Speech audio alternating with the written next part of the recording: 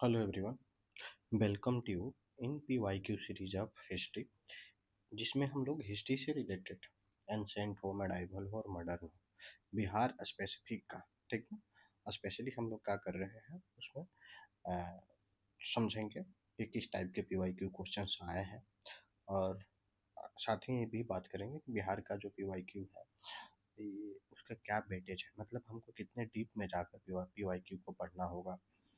और PYQ का weightage में जैसे कि और बात करें तो क्या मतलब क्वेश्चंस डायरेक्ट आते हैं क्या? हाँ, लगभग 20 से 25 क्वेश्चन ऐसे होंगे जो आपको डायरेक्ट मिल जाएंगे। साथ ही दो चार चीज़ें हैं जैसे कि आपका टॉपिक का डेप्थ पता चलता है कि कितने डेप्थ में हमको पढ़ना है, तो एक तो डेप्थ पता चल जाएगा। दूसरा चीज़ है कि कुछ क्वेश्चंस होते हैं जो रिपीट्स होते हैं एग्जामिनेशन में, ठीक है।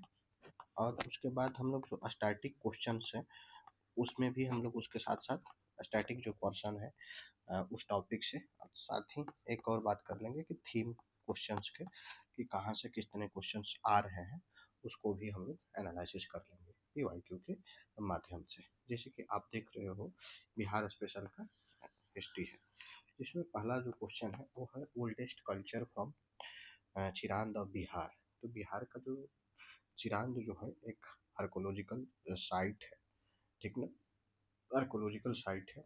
और जो हिस्ट्री के एक बहुत सिग्निफिकेंट पीरियड के एविडेंस के तौर पर यूज होता है। जैसे कि आप देख लो, आप ऑप्शन में देख रहे हो कि पेलियोलिथिक है, मेजोलिथिक है, नियोलिथिक है और चालकोलिथिक है, none of the above, more than the one. अब जो है ये जो है इसको हटा दिया गया है। अब यही ऑप्शन होते हैं, चार ही ऑप्शन होते हैं, पहले पांच होते थे जिसमें उस समय नेगेटिव मार्किंग नहीं होता था, उस समय की बात है, लेकिन अब है चार ही ऑप्शन आते हैं।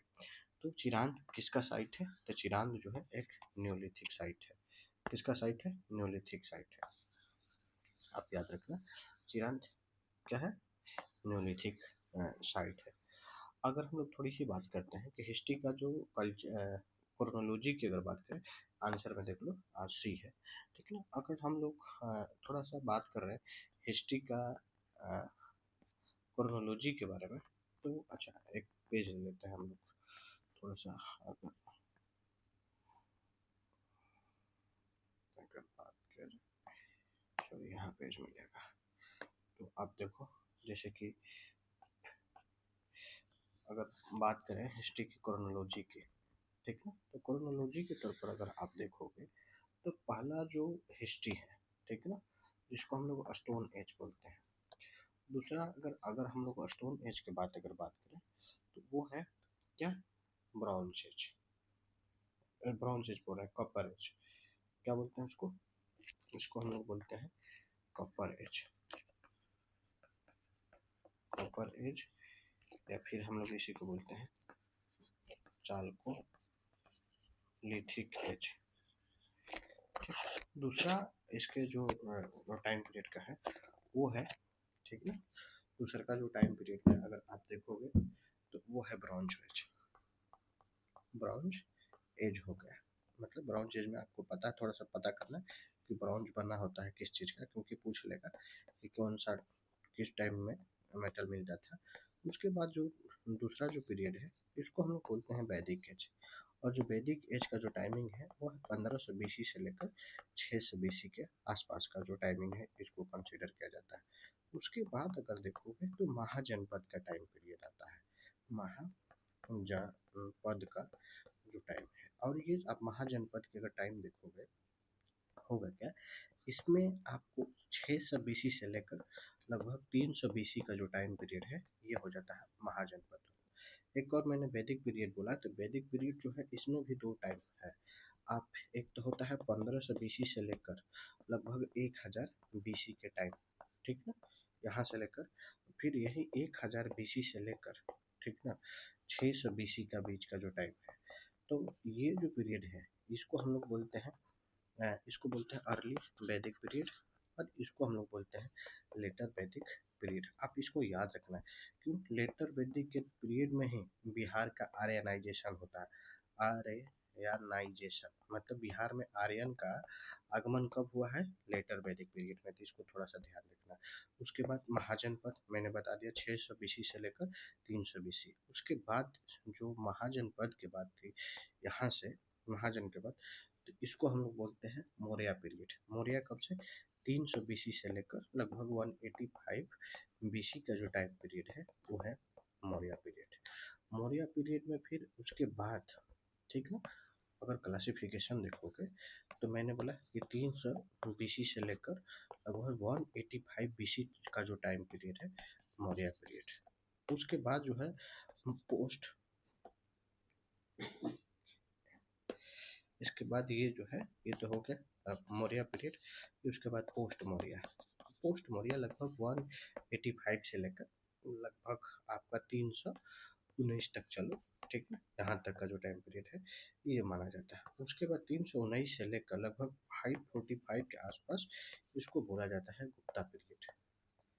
क्या बोला जाएगा, गुप्ता पीरियड। और ये जो गुप्ता पीरियड है, आप गुप्ता पीरियड के बाद फिर हम लोग पढ़ते हैं later Gupta. Later Gupta, Gupta period बोलते हैं या पोस्ट गुप्ता पीरियड बोलते हैं, पोस्ट गुप्ता पीरियड। और पोस्ट गुप्ता में हम लोग का पढ़ लेंगे हर्षवर्धन का, हर्षवर्धन का जो टाइम पीरियड है वो, यानी कि 647 AD तक के आसपास, क्योंकि 647 AD में हर्षवर्धन का डेथ हो जाता है। तो ये रहा बिहार का जो, मतलब बिहार का जो एंशिएंट हिस्ट्री है उसका क्रोनोलॉजी। बात कर रहे थे हम लोग का बिहार का जो कब का सिग्निफिकेंस देखने को मिलता है। तो देखो स्टोन एज भी, इसमें भी क्लासिफिकेशन है, क्या है, पेलोलिथिक एज, मेजोलिथिक एज और नियोलिथिक एज। तो बिहार का जो ये जो नियोलिथिक साइट है, स्टोन एज का जो साइट है बिहार में वो आपका चिरांद है, ठीक ना, चिरांद हो गया। उसके बाद चेचर हो गया, चेचर। उसके बाद सेनुआर हो गया, ये सब याद रखना है, सेनुआर हो गया, चेचर हो गया। उसके बाद ताराडी हो गया, ताराडी हो गया, ठीक ना। तो ये सब साइट है न्योलिथिक पीरियड का बिहार के अंतर्गत। तो ताराडी रोहतास के अंतर्गत है। ये सब लोकेशन पूछा भी जाता है, शनिवार कहाँ है आप बताइएगा, चेचर, चेचर वैशाली के अंतर्गत है। या चिरांद आपको पता है कि अभी हम लोग थोड़ा सा इस पर एक बात कर लेते हैं। चिरांद कहाँ है, जहाँ पर गंगा और प्लस घाघरा दोनों मिलती है। कहाँ पर मिलती है आपको पता है, सारण में। सारण है ना कि सिवान है, आई थिंक सिवान है। तो सारण या सिवान के अंतर्गत दोनों क्या करती है, गंगा और घाघरा एक दूसरे से मिलती है। और वहीं पर आप अपने जो ये साइट है कौन, चिरांद, ठीक ना, सारण। कौन सा इलाका था हमने बोला, सॉरी सारण। तो ये सारण में आकर मिलती है, ठीक है। अगर बात कर ले हम लोग थोड़ा सा चिरांद की, तो अगर चिरांद पर हम लोग बात करें तो चिरांद की अगर फीचर क्या है, तो ये देखो, ये जो है यहाँ पर बहुत सारे न्यूलिथिक साइट में अगर देखोगे, न्यूलिथिक का भी मिलता है, चालकोलिथिक हो गया, आयरन हो गया, अर्ली हिस्ट्री पीरियड हो गया। सिग्निफिकेंस के तौर पर देखोगे तो यहाँ पर स्टोन का टूल मिले हैं, स्टोन टूल्स मिले हैं। साथ ही देखोगे तो जो एक्सेस कुल्हाड़ी वगैरह होते हैं वहाँ से मिले हैं। कुछ जो बोन के टूल होते हैं वो भी वहाँ से प्राप्त हुए हैं, बोन के टूल हो गया। कुछ ऑर्नामेंट वहाँ से चिरांद से मिले पड़े हैं। और जो पोटरी है, टेराकोटा हो गया, टेराकोटा मतलब मिट्टी के पका कर जो मीट बनाया जाता है, जो भी डिवाइस थी, मतलब बर्तन वगैरह, उसको टेराकोटा मटेरियल कहते हैं। ठीक है, आप यहाँ पर चिरांद से ये चीज़ें मिलता है, आप देख रहे हो ना, ये वाली बात है चिरांद। एक और मैंने बता दिया कि देखो जिस इंडस वैली सिविलाइजेशन है, इंडस वैली सिविलाइजेशन से भी पुराना सिविलाइजेशन है ये चिरांद का। तो इस तरह से छोटे छोटे बहुत सारे सिविलाइजेशन हुआ करता था जो अर्ली IBC से भी पुराना, जैसे कि आप देखोगे कायाथा कल्चर, कायाथा कल्चर हो गया, आहर बनास कल्चर, ठीक है। ये एक्चुअली ऐसे सब पैरेलल ही रहेगा। उसके बाद देखोगे जोरवे कल्चर हो गया, जोरवे कल्चर हो गया, ठीक ना। तो ये सब क्या है, ये सब पैरेलल IBC के आसपास में ये सब भी एग्जिस्ट करते थे। कायाथा कल्चर, आहर बनास कल्चर, जोरवे कल्चर, और भी जैसे बहुत सारे कल्चर है, आप थोड़ा सा गूगल कर लेना आपको मिल जाएगा। तो यहाँ पर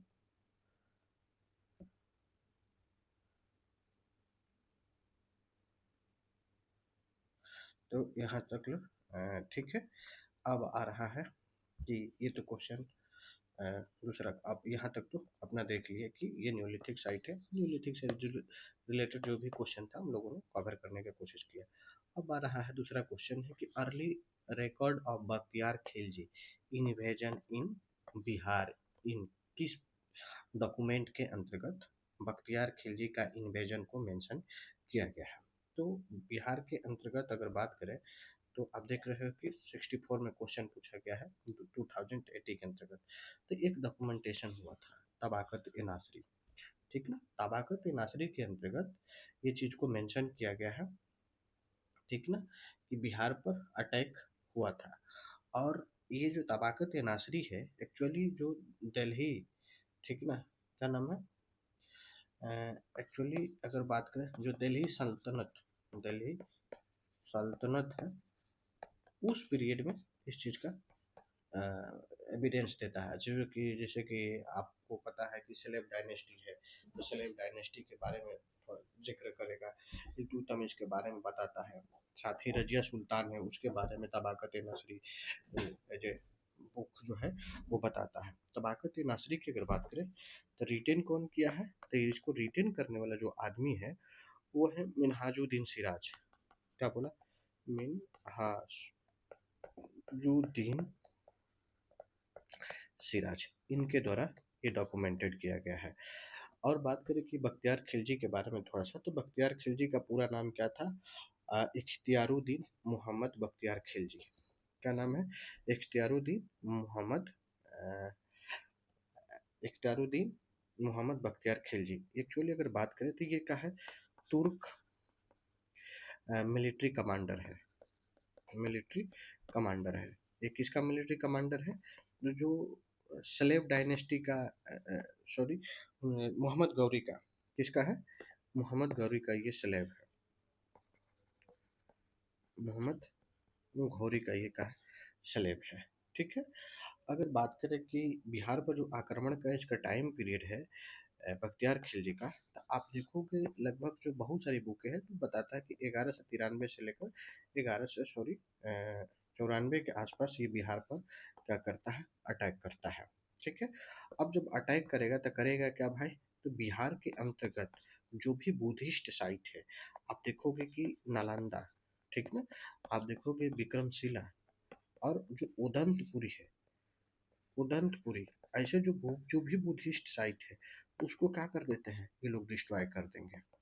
एक और बात बता दें, जो बिहार है उस समय जितना ज़्यादा बिहार के अंतर्गत बहुत सारे बुद्धिस्ट मोनेस्ट्री हुआ करते थे। तो यही जब मुस्लिम रूलर बिहार के अंतर्गत थे तो उन लोगों ने विहार, पहले बिहार होता था, और विहार जो है यही धीरे धीरे विहार कहते कहते ये लोग बिहार बोलना शुरू कर दिया। इसलिए इसका नाम नोमेनक्लेचर का भी ये भी एक उदाहरण के तौर पर देखा जाता है। अगर बात करें बख्तियार खिलजी के बारे में और थोड़ा सा, तो ये जो है ना, आई थिंक 1204 के आसपास ये क्या करता है, बंगाल के रीजन पर अटैक करेगा, ठीक है। तो बंगाल के रीजन पर अटैक करता है। एक और बात है, जब बिहार पर अटैक कर रहा था, बिहार की जो सदर्न पार्ट है, सदर्न पार्ट में सेना डायनेस्टी राज रूल कर रहा है। कौन सा, सेना डायनेस्टी। और ये जो सेना डायनेस्टी का जो रूलर है वो है लक्ष्मण सेन। का नाम है, लक्ष्मण सेन। उस समय लक्ष्मण सेन बख्तियार खिलजी के डर से वहाँ से भाग जाता है, ठीक ना, बंगाल के साइड में वो भी भाग जाता है। अब इसके भागने की वजह से ना, अब इसके भागने की वजह से ना ये क्या कर देता है, ये भी नाडियावाड़ जो डिस्ट्रिक्ट है उधर की ओर, ये भी उसके ओर, बख्तियार खिलजी भी उधर की ओर बंगाल पर अटैक कर देता है। तो ये भी एक बड़ा अभियान था। एक और बात बता दें, इसका डेट कब हुआ है, तो डेट अगर बात करें तो लगभग 1206 के आसपास डेट होता है। जब बंगाल से रिटर्न हो रहा था तो उस समय उसी का एक कमांडर था, मतलब आर्मी में, उसने क्या कर देता है, बख्तियार खिलजी को डेट किल कर देता है, और बख्तियार खिलजी को बिहार शरीफ में ही दफनाया गया है। तो आप इतना जो भी इस क्वेश्चन से रिलेटेड जो भी बातें था लोगों ने कोशिश किया समझने का।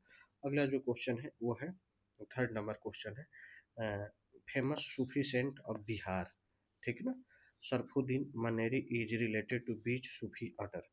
तो थोड़ा सा हम लोग ये क्वेश्चन समझने का, आप लिखते रहना क्योंकि मेरे पास स्पेस कम है तो हमको डिलीट करना पड़ेगा, तो थोड़ा सा आप ध्यान रखना।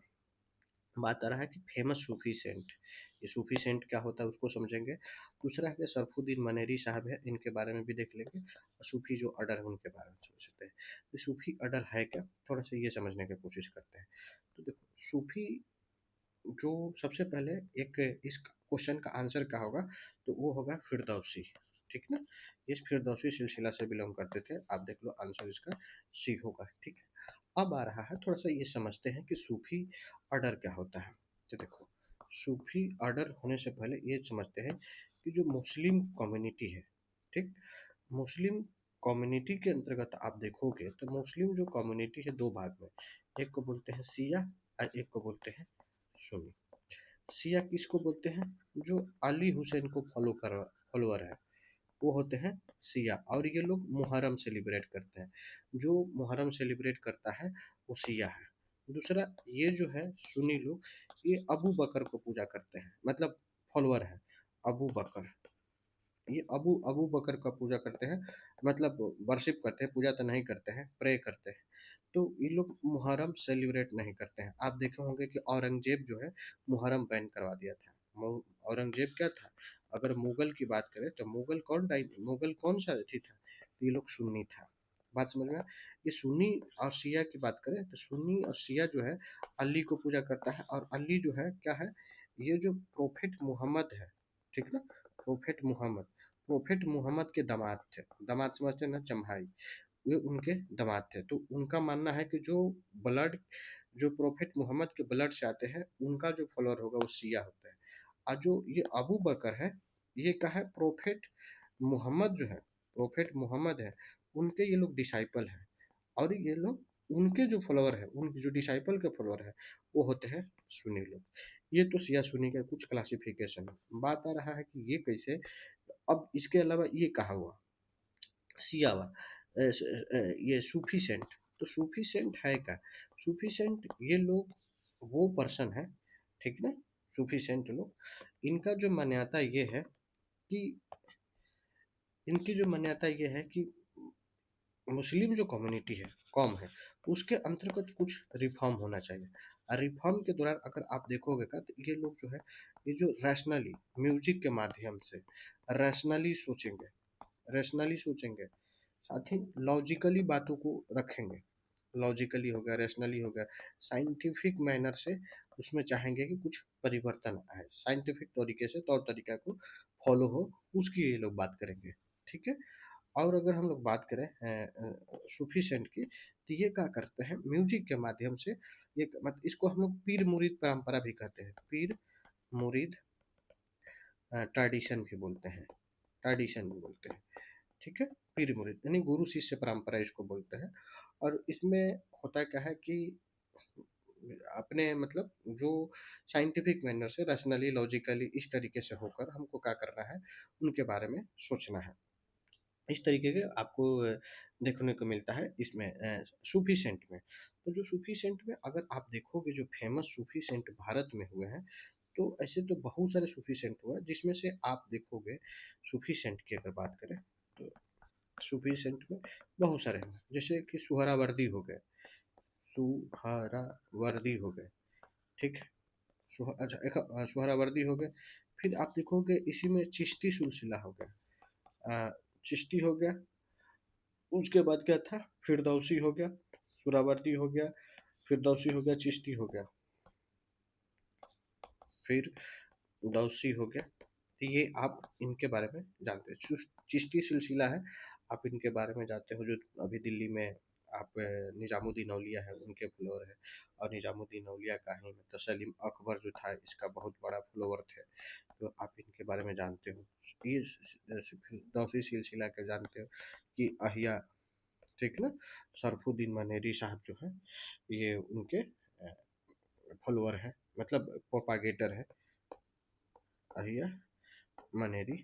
अगर हम लोग थोड़ी सी और बात कर रहे थे, तो सूफी सेंट को भी फिर फर्दर क्लासिफिकेशन किया गया है, थोड़ा सा देख ही लेते हैं। हमने बोला था कि क्वेश्चन के माध्यम से बहुत सारी टॉपिक को, प्रश्न बातों को समझने की कोशिश करेंगे। तो अगर अगर और हम लोग बात करें सूफी सेंट की, तो इसमें भी दो तरह के होते हैं, एक को हम लोग बोलते हैं बासरा, बासरा, और एक को बोलते हैं हम लोग बेसरा, बेसरा। बासरा और बेसरा किसे बोला जाता है, इसको थोड़ा समझना है। जो ये जो ये जो बासरा जो है, ठीक है ना, ये जो बासरा की अगर बात करें तो ये लोग है ना, ये जो जैसे कि बेसरा जो लोग हैं, इस्लामिक जो शरिया होता है उसको फॉलो नहीं करते हैं, तो नॉट फॉलो द इस्लामिक शरिया, शरिया जो होता है उसका फॉलोअर नहीं होते हैं। और ये क्या होता है, इसका फॉलोअर होते हैं, फॉलोअर ऑफ शरिया, ये शरिया का फॉलोअर होते हैं। अगर हम लोग बात कर रहे थे कि जो शरफुद्दीन मनेरी साहब है, ये जो है ना, ये इस स्कूल से आते हैं। ये जैसे कि एग्जाम्पल पर अगर बोले तो ये जो शरफुद्दीन जो मनेरी साहब है, शरफुद्दीन अय्या मनेरी साहब है, ये लगभग 1263 से लेकर 1381 के आसपास तक ये जीवित रहे हैं। तो ये इस स्कूल से आते हैं, बासरा स्कूल से आते हैं।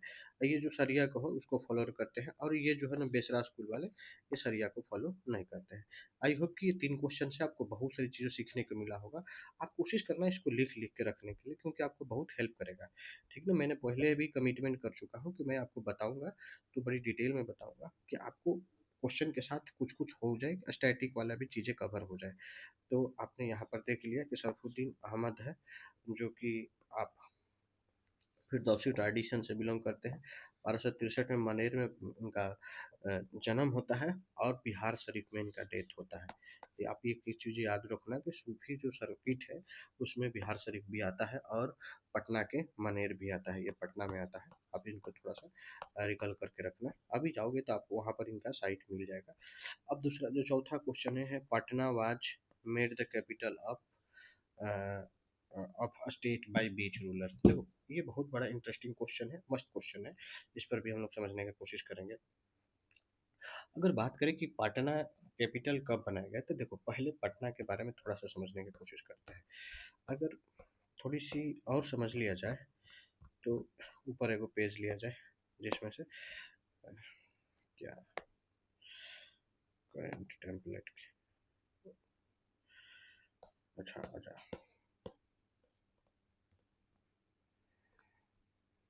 क्या आ गया, एक ही चीज दो बार आ गया। हाँ ठीक है, तो आइए यहाँ पर हम लोग देखते हैं कि पटना के बारे में थोड़ा सा समझते हैं। ये पटना है क्या, अगर हम लोग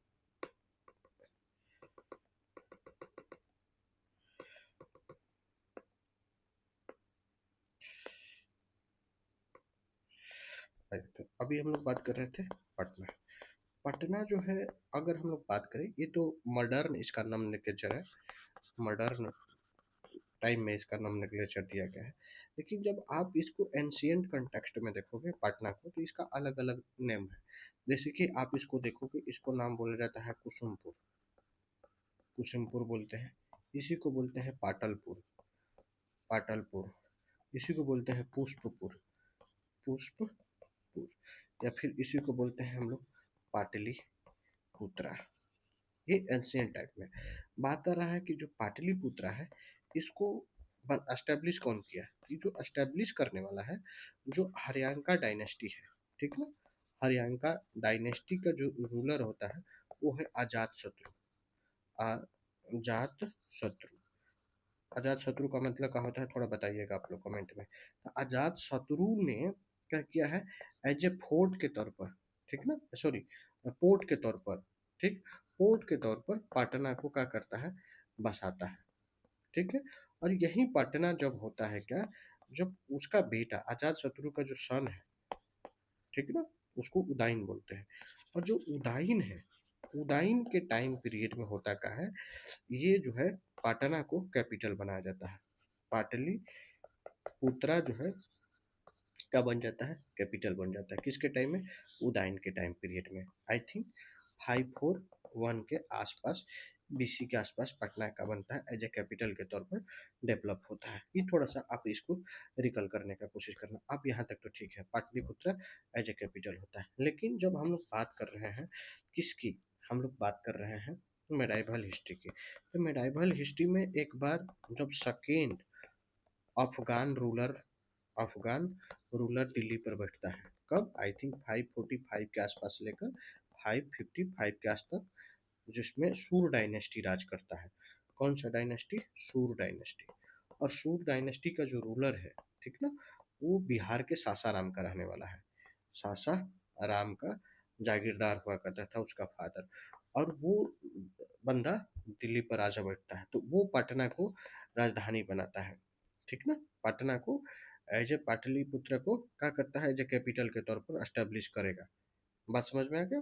कैपिटल के तौर पर Patna was the capital of the state by which, तो वो है सिरसा सूरी। बात समझ में आ गया? यानी कि जो पहले दिल्ली से दिल्ली सल्तनत के तौर पर देखोगे कि जो दिल्ली राजधानी हुआ करता था, वहीं सिरसा के टाइम में जो राजधानी है पटना हो जाता है, ठीक है। तो पटना के टाइम में कौन बना रहा है? सिरसा सूरी बनाया है। तो आप थोड़ा सा इनके बारे में कोशिश करना समझने के लिए। सिरसा सूरी के बारे में और भी हम लोग समझेंगे, लेकिन यहाँ तक ठीक है। बाद में क्योंकि ज़्यादा हो जाएगा तो ज़्यादा इन्फॉर्मेशन भी माथा थोड़ा भारी लगने लगेगा, आप लिख लिख कर रखना, ठीक है। यहाँ तक। अगला जो क्वेश्चन है, आप देख रहे हो यूसुफ शाह चक, जो लास्ट मुस्लिम रूलर है कश्मीर के, जो वैली है, who was exiled to the Bihar by the Mughal emperor Akbar, ठीक ना, वाज बरीड। लास्ट में जब उनका डेथ होता है तो कहाँ पर उनको बरीड किया गया है? तो देखो इस क्वेश्चन का तो आंसर देख रहे हो कि पाटलिपुत्र, राजगीर, मुंगेर और नालंदा इसमें दिया गया है, और none of the above more then one. तो इसका आंसर क्या होगा? वो होगा राजगीर। तो कहाँ है? राजगीर कह रहे हैं, सॉरी नालंदा। कहाँ है? नालंदा। नालंदा बोलो, नालंदा डिस्ट्रिक्ट अच्छा बोलना लगता है, क्योंकि राजगीर डिस्ट्रिक्ट नहीं है। तो इसका आंसर क्या हो जाएगा? डी। डी हो जाएगा। अब थोड़ा सा हम लोग इनके बारे में समझ लेते हैं। यूसुफ शाह चौक जो, ये लास्ट, आप जानते हो ना, जैसे कि मुस्लिम वहाँ पर कश्मीर की अगर बात करें तो कश्मीर का जो आप नाम सुने होंगे, जो कल्हड़, कल्हड़ जो है, कल्हड़ के द्वारा आप जानते हो कश्मीर में वहाँ पर क्या नाम है, थोड़ा सा ऐसे कश्मीर के बारे में आप थोड़ा सा सर्च करना। मैं थोड़ा और भी बताऊंगा, बाद में बताऊंगा, थोड़ा सा भी रिकलिंग का वो। यूसुफ शाह जो है लास्ट रूलर है वहाँ का कश्मीर वैली का, वो नालंदा में उनका टॉम बनाया गया है। साथ ही अभी अभी क्या है, उसको रिपेयर भी करके कोशिश क्या कहा जा रहा है कि उसको जो हिस्टोरिकल टूरिज्म है, ठीक ना, हिस्टोरिकल टूरिज्म के तौर पर उसको डेवलप करने की कोशिश किया जा रहा है, ठीक ना। हाँ, तो ये आप यहाँ पर इसको याद रखना। अगला जो अपना क्वेश्चन है वो होगा कि बीच, मतलब कौन से company establish its factory in 1632 at the Patna in Bihar, ठीक ना। 1632 के दौरान बिहार में कौन से कंपनी है ईस्ट इंडिया कंपनी के तौर पर, सॉरी मतलब हाँ ईस्ट इंडिया कंपनी, जो बिहार में एस्टेब्लिश करता है? इसका तो आंसर आपको मिल जाएगा, वो हो जाएगा डच ईस्ट इंडिया कंपनी। थोड़ा सा हम लोग समझते हैं अपने क्वेश्चन के अंदर कि क्या है, ठीक है। तो अगर हम लोग अपने क्वेश्चन पर आ जाए, तो क्वेश्चन में आप देखेंगे कि डच ईस्ट इंडिया कंपनी है जो क्या करता है, 1632 के आसपास बिहार में क्या करेगा, अपना फैक्ट्री एस्टेब्लिश करेगा, डच ईस्ट इंडिया कंपनी। तो हम लोग डच ईस्ट इंडिया कंपनी की बात कर रहे थे। थोड़ा सा यहाँ आते हैं, इसका समरी देख लीजिए। Dutch Dutch east India company जो है, फैक्ट्री जो पटना में 1632 के आसपास, हाँ इसका स्थापना कब बनता है, बना कब है, 1602 के आसपास में ये इसका स्थापना होता है, ठीक है। अगर हम लोग बात करें कि डच ईस्ट इंडिया कंपनी की, तो डच ईस्ट इंडिया कंपनी जो है इसका जो पहली अगर फैक्ट्री का लोकेशन अगर देखें, तो जो कालीकट है, ठीक ना, कालीकट आप नाम सुने होंगे।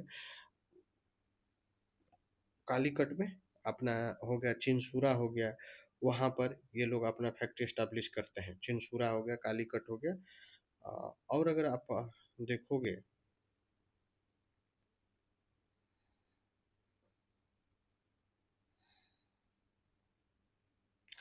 ये तो हो गया। उसके बाद जो डच ईस्ट इंडिया कंपनी है, एक बैटल होता है ब्रिटिश के साथ, इसको बोलते हैं बैटल ऑफ बेदरा। अब बैटल ऑफ जो बेदरा है आई थिंक 1759 के आसपास में होता है। ये ब्रिटिश वर्सेस डच के बीच होता है, और दोनों के बीच में जो बैटल होगा उसके बाद होगा क्या, मतलब डच का डिक्लाइन हो जाएगा, डच लोग का डिक्लाइन होता है। आप बैटल ऑफ बेदरा आप थोड़ा सा याद करके रखना। अगर बात करें कि जो अभी जो फैक्ट्री है वहाँ पर जो सिख गुरु हैं, 10वें सिख गुरु, ठीक ना, यानी कि गुरु गोविंद सिंह, और जो उनका बाबूजी हैं गुरु तेग बहादुर सिंह, तो जब वो असम की ओर विजिट कर रहे थे तो वहीं पर उनका गुरु गोविंद सिंह का पटना में जो कि जन्म हुआ था, तो इसलिए आप जानते होंगे कि वहाँ पर बिहार में जो गुरुद्वारा है श्री तख्त हरिमंदिर साहब, तो वो भी वहाँ पर है। तो ये थोड़ा सा एडिशनल इन्फॉर्मेशन है। अब हम लोग आते हैं जो नेक्स्ट जो अपने टॉपिक क्वेश्चन है वो है बिरसा मुंडा। तो हम लोग क्वेश्चन देख लेते हैं कि क्या क्वेश्चन है। Who was the mentor of Birsa Munda. तो बिरसा मुंडा के मेंटर कौन थे, उनके बारे में थोड़ा सा समझ लेते हैं। तो बिरसा मुंडा जी का जो मेंटर है वो है, आंसर के अकॉर्डिंग वो हो जाएंगे आनंद पांडे साहब। जो आनंद पांडे साहब हैं, थोड़ी सी अगर हम लोग आनंद पांडे साहब की बात कर लेते हैं, तो ये जो है वैष्णोनाइट फॉलोअर है। वैष्णवाइट, वैष्णवाइट का मतलब हो गया कि ये अलवर है। अलवर मतलब जो लॉर्ड विष्णु का ये क्या करते हैं, पूजा करते हैं, ठीक है। अब बिरसा मुंडा में क्या होता है, जो हिंदू कल्चर का जो फीचर अगर उनमें डेवलप होता है तो आनंद पांडे के वजह से डेवलप होता है। एक्चुअली बिरसा मुंडा क्या करते हैं, एक प्रकार का हिंदू धर्म में एक कल्ट का उत्पत्ति करने का कोशिश करते हैं, जिसको हम लोग बिरसाइट बोलते हैं। क्या बोलते हैं, बिरसाइट। और जो बिरसाइट है ना, जो ट्राइबल पीपल है, ठीक ना, इसको फॉलोअर होते हैं, बिरसाइट को फॉलोअर होते हैं। नहीं तो जो बिरसा का फॉलोअर होते हो उसको बिरसाइट बोलते हैं। तो ये एक्चुअली ये यहाँ से आनंद पांडे जी से बिरसा मुंडा वहाँ से क्या होते हैं, इन्फ्लुएंस होते हैं। थोड़ी सी बात कर लिए यहाँ से आनंद पांडे जी के बारे में। तो मतलब यहाँ से वेस्टनाइट हो गए, तो ये आनंद पांडे जी उनको क्या करती है, उनको राम से रिलेटेड हो गए, लॉर्ड कृष्णा से रिलेटेड हो गए, तो वो उसके रिलेटेड क्वेश्चन को मतलब समझा बता, मतलब होता है ना कि उनमें डेवलपमेंट करना फीचर्स वगैरह, वो कर देते हैं। अब आनंद पांडे जी तो हो गए। अब अगर हम लोग बात करें बिरसा मुंडा जी के बारे में थोड़ा सा, तो बिरसा मुंडा जी का जो अगर जन्म अगर बात करें तो 1875 के आसपास में होता है, ठीक ना, in Chalkad village, Chalkad village of the present day Jharkhand के अंतर्गत। आप जानते हो इनके द्वारा बहुत फेमस एक मूवमेंट चलाया जाता है जिसको हम लोग बोलते हैं मुंडा रिबेलियन, या फिर इसी को बोलते हैं उलगुलान, उलगुलान, या इसी को हम लोग तो बोलते हैं ग्रेट टिलमोल्ड, टिमोल्ड, टिमोल्ड, इसी को बोलते हैं उनगुलान। तो आप ये थोड़ा सा याद करके थोड़ा सा इसको बारे में समझ के रखना। अगला जो क्वेश्चन है, Birsa was captured while as a slip. एक क्वेश्चन एक और यहाँ पर देखा कि आप लोगों ने देखा बिरसा रिबेलियन कब चला था, 1899 से लेकर 1900 तक के आसपास। 1875 में ये इनका ये होता है, 1900 के आसपास इनका डेट हो जाता है। तो ये देख रहे हो 1900 के आसपास इनका डेट होता है। कहा जाता है कि जब जेल में थे तो उनको हैजा हो गया था, और हैजा की वजह से उनका डेथ हो जाता है। अब अगला जो क्वेश्चन है 8 नंबर देख रहे हो, Birsa was captured while as a sleep. देखो 1 फरवरी 1990, आप देख रहे हो 1990।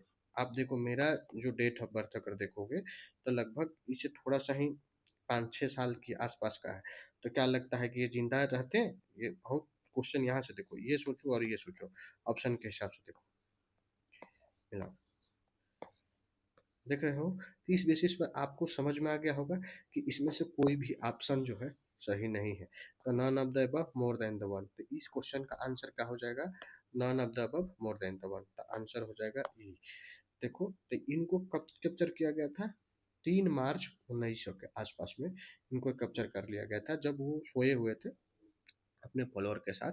तो उनको ना घुसपैठिया एक होता था कि उनको एथिक करके, जैसे नाम बोलते हैं कि मनी रख दिया जाता था। जैसे वीर कुंवर सिंह को पकड़ने के लिए कि 5,000 का टारगेट मनी रखा गया था कि आप इनके बारे में बताओगे तो 5,000 रुपया दिया जाएगा। उसी तरीके से भगवान बिरसा मुंडा के बारे में भी प्राइस मनी रखा गया था। ठीक है कि आप इनको बारे में बताओगे तो वो लोगों ने उनके बारे में बता दिया था, और बता देने की वजह से बिरसा मुंडा जी को 3 मार्च 1900 के आसपास में उनको पकड़ लिया गया और वो जेल में उनका डेथ हो जाता है। तो ये उनसे रिलेटेड कुछ बातें था, फिर बाद में हम उनको बारे में जब आएगा तो हम लोग बात करेंगे। अगला क्वेश्चन है, आइडेंटिफाई करना है रीजन जहां पर संथाल डिक्लेयर्ड देयर गवर्नमेंट 1856। देख रहे हो ये क्वेश्चन का लेवल देखो, क्वेश्चन का ड्यूरेशन देखो, 1855 और 1856 के पास है। आपको पता है 1 साल बाद कुछ होने वाला है, उसको बोलते हैं 1857 का रिवोल्ट। तो 1857 के रिवोल्ट से पहले एक प्रकार का रिवोल्ट होने वाला है जिसको हम लोग बोलते हैं संथाल रिवोल्ट। तो संथाल रिवोल्ट के बारे में हम लोग पढ़ेंगे, सिद्धू कान्हू फूलो जानो के बारे में। लेकिन अभी ये रीजन पूछ रहा है, क्वेश्चन क्या पूछ रहा है, रीजन। रीजन कहाँ है, तो देखो बिहार के अंतर्गत अगर बिहार का थोड़ा सा मैप बनाने की कोशिश करोगे तो ये रहा बिहार, ये रहा गंगा जी। तो ये जो इलाका है यहाँ से ये इलाका ये वाला, इसी को बोलते हैं संथाल। ठीक है, इसको बोलते हैं संथाल। तो ये जो संथाल है इसके बारे में हम लोग थोड़ा सा समझ लेते हैं। इसको दामिन एकोह बोलते हैं। क्या बोलते हैं इसको, दामिन एकोह। दामिन एकोह कहने का मतलब क्या है, ये झारखंड का जो राजमहल वाला जो इलाका है, राजमहल जो हिल्स है आप जानते हो, गारो राजमहल गैप जिसको बोलते हैं, ये जो गैप हो जाता है ये बंगाल वाला इधर, इधर राजमहल, ये राजमहल हो गया। आपको इधर आपको पता है कि ये गारो खासी जयंतिया, गारो खासी जो जयंतिया है ये, इसके बीच में ये जो गैप होता है इसी को गारो राजमहल हम लोग गैप भी बोलते हैं। तो दामन एक को हो गया, ये राजमहल हिल के आसपास है। इसको हम लोग पहाड़ियों की तलहटी भी बोलते हैं, दामिन को होके क्या बोलते हैं, पहाड़ियों की, पहाड़ियों की तलहटी, तलहटी भी इसको बोलते हैं। ठीक है, यानी कि स्कर्ट्स ऑफ हिल्स बोलते हैं। बात समझ में क्या, किसको, दामिन एकोह को। बात आ रहा है कि दामिन एकोह यानी कि संथाल जो रीजन है ये क्यों बनाया गया। तो संथाल रीजन के बारे में थोड़ा सा समझ लेते हैं। इसको ब्रिटिश जो ईस्ट इंडिया जो कंपनी है इसने 1832 के आसपास में इसको क्या किया था, एस्टेब्लिश किया था, बसाया था या बनवाया था कह सकते हो। ठीक है ना, 1832 में। क्या रीजन है, तो उसमें जो संथाल जो ट्राइबल है, संथाल ट्राइबल, इस ट्राइबल को उसको क्या करना था, यहाँ पर सेटल कराना था, बसाना था। तो वो जो जनजाति है उनको क्यों बसाना था, ये ट्राइबल को क्यों बसाना था, क्योंकि वहाँ पर जो जंगलों की खेती के लिए विकसित करना था, जो फॉरेस्ट एरिया है, फॉरेस्ट एरिया को डेवलप करना था, डेवलप करना था फॉर एग्रीकल्चर के पर्पस से। किसको, जो दामिन कोह रीजन है, तो दामिन कोह को जो कौन डेवलप करेगा, वो संथाल पीपल, संथाल पीपल जो है, इसीलिए उनको बाहर से लाया गया था। और यही रीजन है कि जो संथाल रिवोल्ट भी होगा। ठीक है, तो ये लोग जो संथाल पीपल है जंगलों को साफ करने करने के लिए लाए गए थे, उनको वहां पर बसाया गया था। बात समझ में आ गया। अब बाद में ये संथाल लोग क्या करते हैं, रिवोल्ट करते हैं। किसके अगेंस्ट में रिवोल्ट करेंगे, तो जो जमींदार है उनके अगेंस्ट में ये लोग रिवोल्ट करेंगे। साथ ही देखोगे जो वहाँ के साहूकार है उनके अगेंस्ट में, जो वहाँ के जो पुलिस है, ठीक है ना, पुलिस हो गया, जो ब्रिटिश ऑफिसर है, ठीक है, उनके अगेंस्ट में ये वो लोग वहाँ पर रिवोल्ट कर देंगे। ये साइंथल ट्राइबल लोग क्यों करेंगे, क्योंकि उनके राइट्स पर हनन होने लगा। ठीक है ना, उनके साथ नाइंसाफी होने, तो उसी समय जो सिद्धू कान्हू, सिद्धू हो गए, कान्हू हो गए, उसके बाद उनके जो फैमिली जो है, आप फूलो जानो, ये लोग सब लोग मिलकर क्या करते हैं, संथाल मूवमेंट को स्टार्ट करते हैं। तो थोड़ा सा इसको बारे में आप समझ कर रखना कोशिश करना है कि हम इसका एक छोटा सा नोट्स भी बनाते चले, ये आपके लिए बहुत बेनिफिशियल होगा। अगला है क्वेश्चन अपने पास, अगला क्वेश्चन क्या है भाई,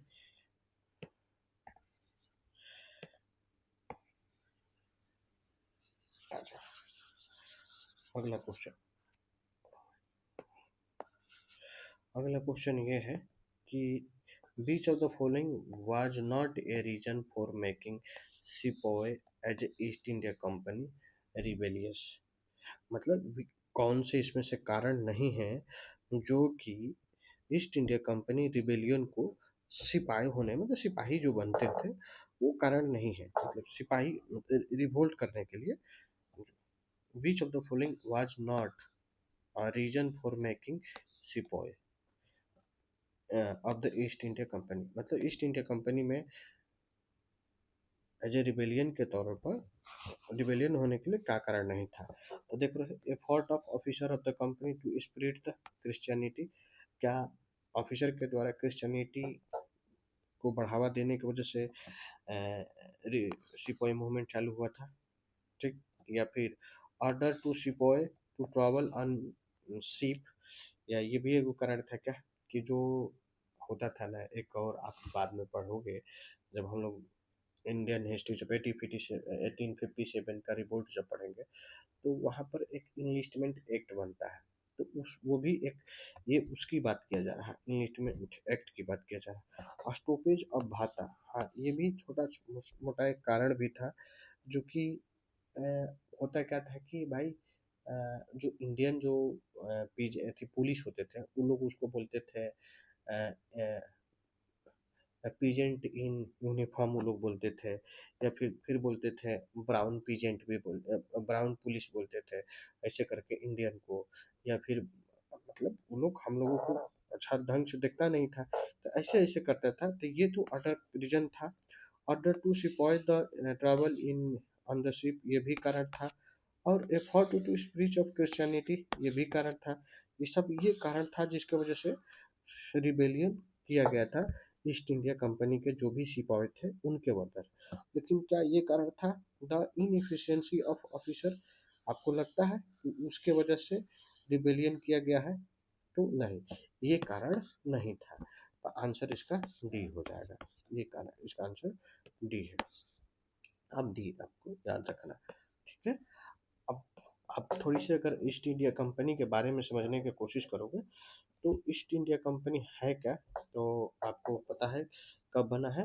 इसका एस्टेब्लिशमेंट होता है 31 दिसंबर 1600 के आसपास में इसका स्थापना हो रहा है। 1599 के आसपास यानी 1600 के आसपास इसका स्थापना होगा, ठीक ना। 31 दिसंबर के आसपास ये जो वहाँ का राजा जो क्वीन है एलिजाबेथ जो फर्स्ट थी, मतलब क्या नाम था आई थिंक यही, तो उनके द्वारा इस चीज़ को एक चार्टर इशू किया जाता है और वहाँ पर जो है कंपनी का स्थापना किया जाता है। तो आप इस तरीके से ध्यान में रखना।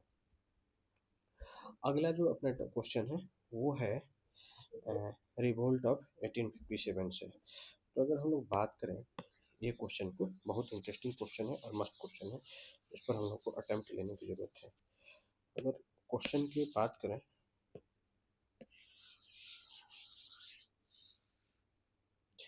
to revolt of 1857 affected in many towns of Bihar. Which of the following is the correct sequence of the occurrence of revolt in various towns of Bihar? तो 1857 का जो रिवोल्ट होता है वो बिहार में तो होता है।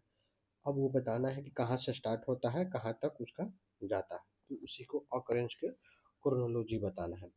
का पटना से मुजफ्फरपुर, मुजफ्फरपुर से रोहिणी, रोहिणी से जगदीशपुर, या रोहिणी से पटना आया, पटना से मुजफ्फरपुर गया, या पटना से जगदीशपुर गया, या मुजफ्फरपुर से जगदीशपुर गया, या मुजफ्फरपुर या पटना या जगदीशपुर, ऐसे करके आप देख रहे हो। ये 1995 का क्वेश्चन है प्री का 40वां जो बीपीएससी पूछा गया है उसमें। उससे पहले हम लोग थोड़ा सा एक और क्वेश्चन एक्स्ट्रा हम लोग पेज ले लेते हैं। आप पेज के हिसाब से इस पर समझने की कोशिश करते हैं। देखो बहुत इंपॉर्टेंट क्वेश्चन है, बहुत सारे क्वेश्चन को क्लैरिटी देगा। जो 1857 का जो रिवोल्ट है, ठीक है, 1857 का जो रिवोल्ट है, इससे पहले जो अर्लियर, इससे पहले हम लोग पढ़े ना Santhal.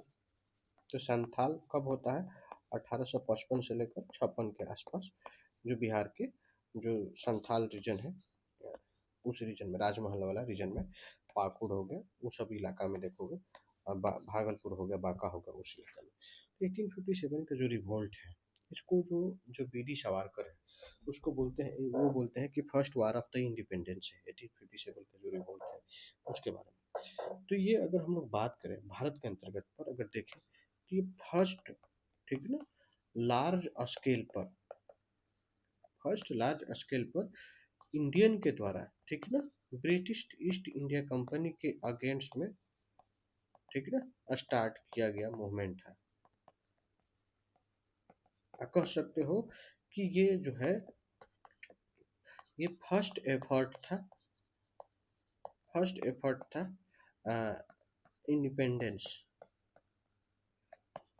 From the British east India company के द्वारा, ठीक है। ये फर्स्ट एफर्ट कहा जाता है, इसके द्वारा हो जाता है। अगर हम लोग बात करें तो ये जो इसका बिगिनिंग कहाँ से हो रहा है, तो अगर बिगिनिंग देखोगे तो बिगिनिंग जो है 10 मई को, 10 मई को 1857 के, ठीक ना, कहाँ से स्टार्ट होगा, मेरठ से स्टार्ट होगा। मेरठ जानते हो ना, हम लोग जहाँ से हैं यहाँ से 80 किलोमीटर के आसपास दूरी पर है, दिल्ली से 82 किलोमीटर के आसपास दूरी पर है मेरठ। यहाँ से 10 मई 1857 को ये रिवोल्ट स्टार्ट होता है। ये डेट याद रखना जरूरी है। कारण क्या है, तो बहुत सारे कॉजेज है। कॉजेज क्या है, तो आप जब देखोगे पॉलिटिकल कारण दिख जाएगा, ठीक ना, इकोनॉमिकल कारण दिख जाएगा, सोशल कारण दिख जाएगा, कुछ टेक्निकल कारण दिख जाएगा। तो जैसे पॉलिटिकल कारण देखोगे ना तो बहुत सारे रीजन है। जैसे में अगर आप पॉलिटिकल कारण के देखोगे तो जो डॉक्ट्रिन ऑफ लेफ्ट होता था, ठीक ना, डॉक्ट्रिन ऑफ लेफ्ट हो गया, उसके वजह से क्या कर रहे थे, उसके वजह से जो ब्रिटिश जो इंडियन रूलर के जो थी, रूलर थे, उनके जो हायर नहीं होते थे, मतलब उनके बच्चे जो रूलर है उनके बच्चे अगर नहीं हुए तो उनका जो रीजन होता था, जो टेरिटरी होता था, उसको वो ब्रिटिश के द्वारा हड़प लिया जाता था। उसको डॉक्ट्रिन ऑफ लेफ्ट बोलते थे, ठीक। ये एक कारण था। उसके बाद अगर पॉलिटिकल इकोनॉमिकल कारण देखोगे तो बिहार के अंतर्गत जमींदारी सिस्टम लगा था, और ये जमींदारी सिस्टम जो है बहुत ज़्यादा ही एक्सप्लॉइटेटिव है। बिहार, उत्तर प्रदेश, अगर जो बंगाल वाला जो रीजन आप देखोगे तो ये बहुत जमींदारी सिस्टम है। और जमींदारी सिस्टम में आप एक जब बाद में पढ़ोगे तो इसमें पढ़ते हैं सनसेट क्लॉज, सनसेट क्लॉज, और ये बहुत ही ज़्यादा मतलब रिप्रेसिव है। तो ये भी एक कारण होता है, बहुत ज़्यादा इम्पेक्ट डालता है। सोशल कारण में अगर आप आओगे तो बहुत बड़ा रीजन है। रीजन क्या है कि इंडिया का जो ट्रेडिशन है, इंडियन का जो ट्रेडिशन है, उस ट्रेडिशन में क्या है, ब्रिटिश का इन्फ्लुएंस बढ़ते जा रहा है। और जब ब्रिटिश का इन्फ्लुएंस बढ़ेगा तो होगा क्या कि जो इंडियन है वो क्या करेंगे, रिटालिएट करेंगे। तो वहाँ पर भी एक इशू करेगा। टेक्निकल देखोगे तो एक प्रकार का देखोगे तो बहुत बड़ा चीज़ है। अच्छा, एक और अगर बात कर ले तो सोशले में तो जो सोल्जर होते थे ना, सोल्जर, और सोल्जर को ना वो लोग बोलते थे, नहीं सोल्जर नहीं बोलते थे, वो बोलते थे पीजेंट इन यूनिफॉर्म। ये बहुत बड़ा कंसर्न था। अरे भाई, तुम्हारे साथ में जो रह रहा है वो तुम्हारे लिए पीजेंट हो गया। साथ ही उनके साथ क्या होता था, डिस्क्रिमिनेशन होता था, डिस्क्रिमिनेशन देखने को मिलता था। साथ ही और देखोगे तो उनका रैंक जो होता था आर्मी के अंतर्गत, वो भी क्या था, लिमिटेड हुआ करता था। ये बहुत बड़ा कंसर्न हुआ करता था। सोशल कारण में एक, अच्छा, एक होता है इमीडिएट कारण। इमीडिएट कारण में देखोगे क्या, एक होता है, मतलब ये सब तो ऑलरेडी एग्जिस्टेड इशू था, लेकिन एक फ्यूलिंग एजेंट होता है, फ्यूलिंग कारण होता है, फ्यूलिंग फैक्टर। तो फ्यूलिंग फैक्टर का है, वो है इनफील्ड राइफल, ठीक है। इनफील्ड जो राइफल है वो सबसे बड़ा इंपॉर्टेंट रोल प्ले करता है। क्या होता है कि ये जो आर्मी है उसमें जो ये इस राइफल को इंट्रोड्यूस किया जाता है, और इसमें र्यूमर का हो जाता है, र्यूमर्स ये हो जाते हैं कि जो राइफल का जो स्टार्ट करने का जो तरीका है उसमें से जो हम लोग जो कार्टिलेज होता है, कार्टिलेज जो होता है ना, काऊ और बफालो जो होता है, काऊ और पीग जो होता है, सॉरी, काऊ और जो पीग है, ठीक ना, पीग के जो फैट होते हैं उससे ये बने होते हैं। आप समझ रहे हो। देखो, काऊ और पीग जो है ये क्रिश्चियनिटी में अलाउ है, क्रिश्चियनिटी के अंतर्गत अलाउ है खाना, उनका फूडिंग हैबिट का पार्ट है। लेकिन अगर बात करें काऊ की, अगर बात करें तो काऊ इंडिया के कल्चर में बहुत रिस्ट्रिक्टेड है, पीग जो है मुस्लिम के कल्चर में रिस्ट्रिक्टेड है। तो कहीं ना कहीं क्या हुआ, जो सोशियो अगर कल्चरल जो बातें हैं उसके अगेंस्ट में ये चीज़ें आ गया, और ये इसके वजह से क्या हो जाता है, इसका रिपेल किया जाता है। तो ये मंगल पांडे, ठीक ना, मंगल पांडे जो पहली बार इस चीज़ को लेकर, ठीक, रिवोल्ट करते हैं बैरकपुर छावनी में, जो कलकत्ता बंगाल के अंतर्गत जो बैरकपुर छावनी है, तो मंगल पांडे इसका लेकर नेतृत्व करते हैं और वो रूल करते हैं। थोड़ी सी और बात कर ले, जो 1857 का रिवोल्ट है, तो कुछ इम्पैक्ट क्या पड़ा, अगर रिवोल्ट का रिजल्ट का आया, तो आप, तो हम लोग थोड़ा क्रक्स देख रहे हैं, बाद में समझेंगे। अगर क्रक्स देखोगे तो होगा क्या कि 1857 का जो रिवोल्ट हो गया, ये तो सप्रेस हो गया, सप्रेस हो गया, तो एक एक्ट आता है, ठीक ना, 1858 का एक्ट आएगा, ठीक। और जो जो ईस्ट इंडिया जो कंपनी का रूल था, ठीक ना, वो रिप्लेस हो गया, किसके रिप्लेस हो गया, वो क्राउन के रूल से रिप्लेस हो गया। बात समझ में आ गया। और अगर हम लोग बात करें, क्राउन का हो गया, मतलब, और भी अगर हम लोग बात करें तो जो उसमें गवर्नर जनरल ऑफ जो कंपनी का होता था, अच्छा ये नहीं, यहाँ तक ये हो गया। तो ये छोटा सा, मतलब आप इसको ऐसे याद करके रखने का कोशिश करना कि ये चीज़ें आपको देखने को मिल जाता है। तो और हम लोग कुछ लीडर देखेंगे। हाँ, अगर हम लोग बात कर रहे थे कि 1857 का जो रिवोल्ट है इन बिहार, तो अगर हम लोग इन बिहार के अगर अंतर्गत देखें, तो बिहार में कहाँ देखने को मिला, तो बिहार के अंतर्गत अगर देखें तो पहला बार अगर देखें तो एक लोकेशन है रोहिणी, क्या है, रोहिणी।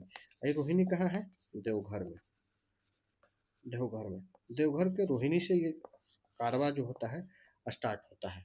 और ये जो रोहिणी से स्टार्ट हुआ, तो ये मामला कहाँ पहुंचेगा, पटना में, पटना में, पटना में एक व्यापारी होता है जिसको बोलते हैं पीर अली। और ये जो पीर अली जो है ना, ये क्या करते हैं, ये जो है ओपीएम होता है, ओपीएम ट्रेडर है, ओपीएम ट्रेडर है, साथ ही साथ ये बुक सेलर भी है, बुक सेलर भी है। तो इनको यहाँ पर क्या कर देता है, ब्रिटिशर लोग किल कर देता है, और किल करने की वजह से फिर मामला हाईलाइटेड हो जाता है। और ये मामला जब हाईलाइटेड हो जाता है, तो ये मामला कहाँ पहुँचेगा, ये पहुँचेगा दानापुर, दानापुर पहुँचेगा। और दानापुर आपको पता है कि आरा के जस्ट क्लोज में है, ठीक है ना। तो ये मामला दानापुर पहुँचा, उसके बाद यही मामला धीरे धीरे स्प्रीड होके ये मुजफ्फरपुर में भी पहुँच रहा है, ये मुजफ्फरपुर के एरिया में पहुंच जाएगा। क्यों, मुजफ्फरपुर भी उस समय के टाइम में बहुत ज़्यादा डेवलप एरिया है, मुजफ्फरपुर वाला इलाका। मुजफ्फरपुर गया, मुजफ्फरपुर के बाद ये हो गया मुजफ्फरपुर, उसके बाद धीरे धीरे जगदीशपुर, यहाँ पर जगदीशपुर में आ जाएंगे। और ये जगदीशपुर से होते हुए आपके आ जाएगा उत्तर प्रदेश का जो बलिया है, बलिया वाला इलाका।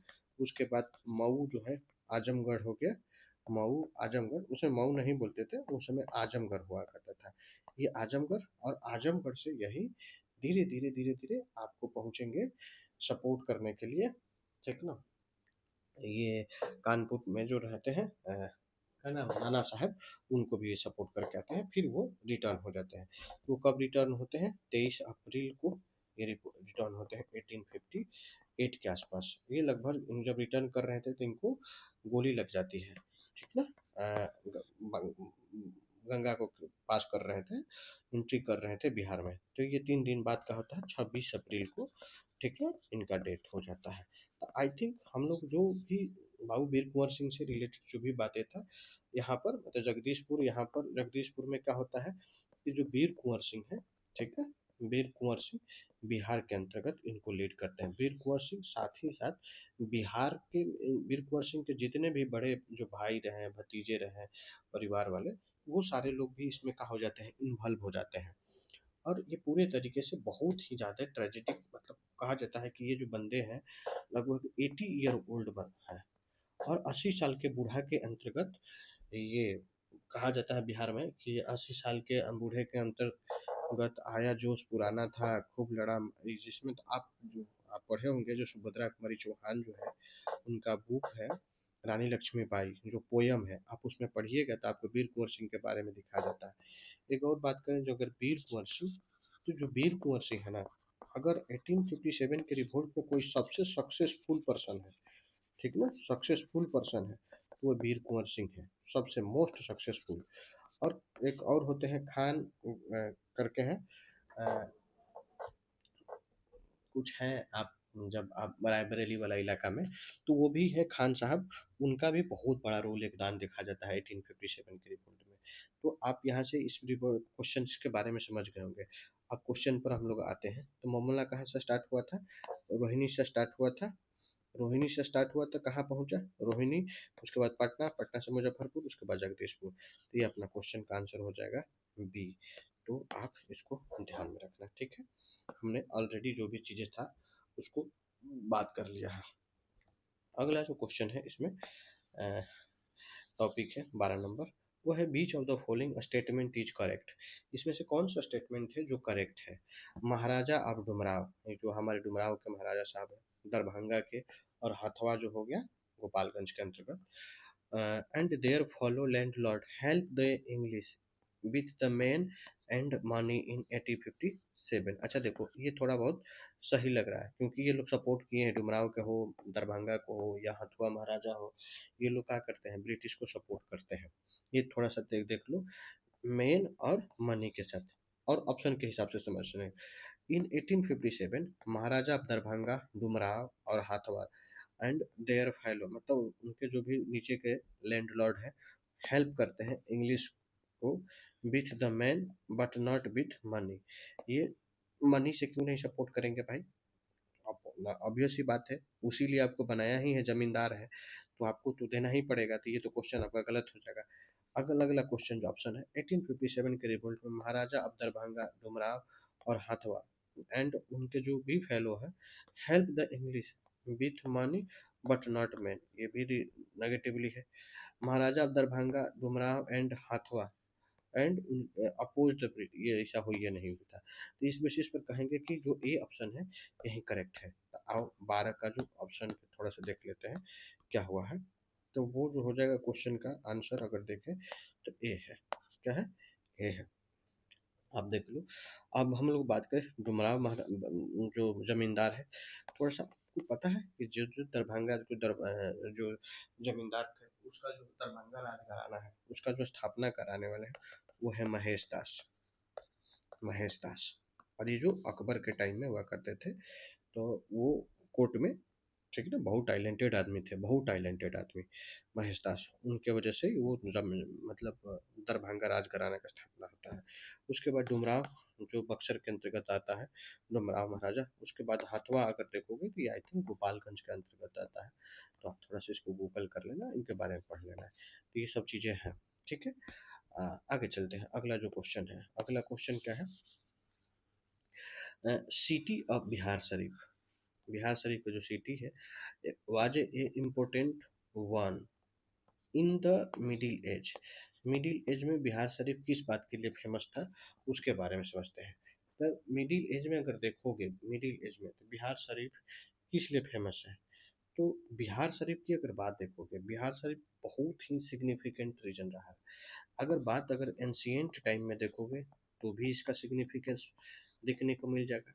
मेडाइवल के टाइम में देखोगे, उस समय भी आपको सिग्निफिकेंट दिखने के दिखेगा, और मॉडर्न के टाइम में भी आपको सिग्निफिकेंस दिखेगा। तो अगर हम लोग बात करें, थोड़ा सा पेज ले लेते हैं, तो बिहार शरीफ का सिग्निफिकेंस, ठीक है। अगर हम लोग बात कर रहे हैं बिहार शरीफ, ये बिहार शरीफ है का नाम क्यों पड़ा है? तो वहीं जहाँ पर बख्तियार खिलजी ने वहाँ अपना लोकेशन रखा, वहीं पर जहाँ पर दफनाया गया है, इसलिए वहाँ पर बख्तियारपुर या कोई बिहार शरीफ वहीं इलाका है। बिहार शरीफ के पास अगर अगर एंशियंट टाइम में चलोगे, तो एंशियंट के टाइम में अगर देखा जाए तो यहीं पर एक उदंतपुरी मोनेस्ट्री हुआ करता था। उदंत उदंतपुरी यूनिवर्सिटी, ठीक ना। ये तो बुद्धिस्ट के लेकर बहुत ज़्यादा इम्पोर्टेंट है। साथ ही जो उदंतपुरी है, इसका स्थापना करने वाले कौन है? गोपाल। और गोपाल है किस डायनेस्टी से बिलोंग करता है? तो ये जो बिलोंग करते हैं, ये कौन से? ये पाला डायनेस्टी से बिलोंग करते हैं, पाला डायनेस्टी। अगर उदंतपुरी की अगर बात करें तो ये जो जो तांत्रिज्म होता है, ठीक ना, तांत्रिज्म जो बुद्धिज्म के अंतर्गत होता है, तो ये तांत्रिज्म स्कूल से ये लोग बिलोंग करते हैं, उदंतपुरी वाले। ठीक है, ये इसको अगर हम लोग बात करें तो एक और हो गया। अच्छा, ये जो उदंत जो पुरी है, एक आपने मैंने बोला कि बुद्धिस्ट जो लर्निंग फिलॉसफी है उसको यहाँ पर बारे में बताया जाता है। ये पाला डायनेस्टी के टाइम में आपको देख रहे हो, एंशियंट टाइम में इस चीज़ का आपको देखने को मिल जाता है।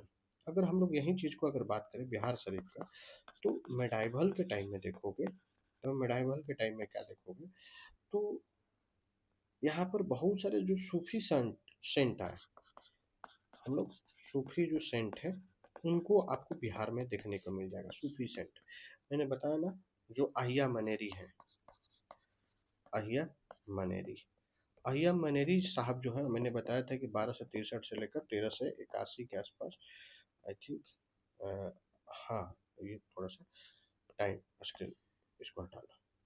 तो अहिया मनेरी साहब जो है, ये यहीं पर इनको मतलब ये इनका डेट हुआ है, ठीक है, अहिया मनेरी साहब का।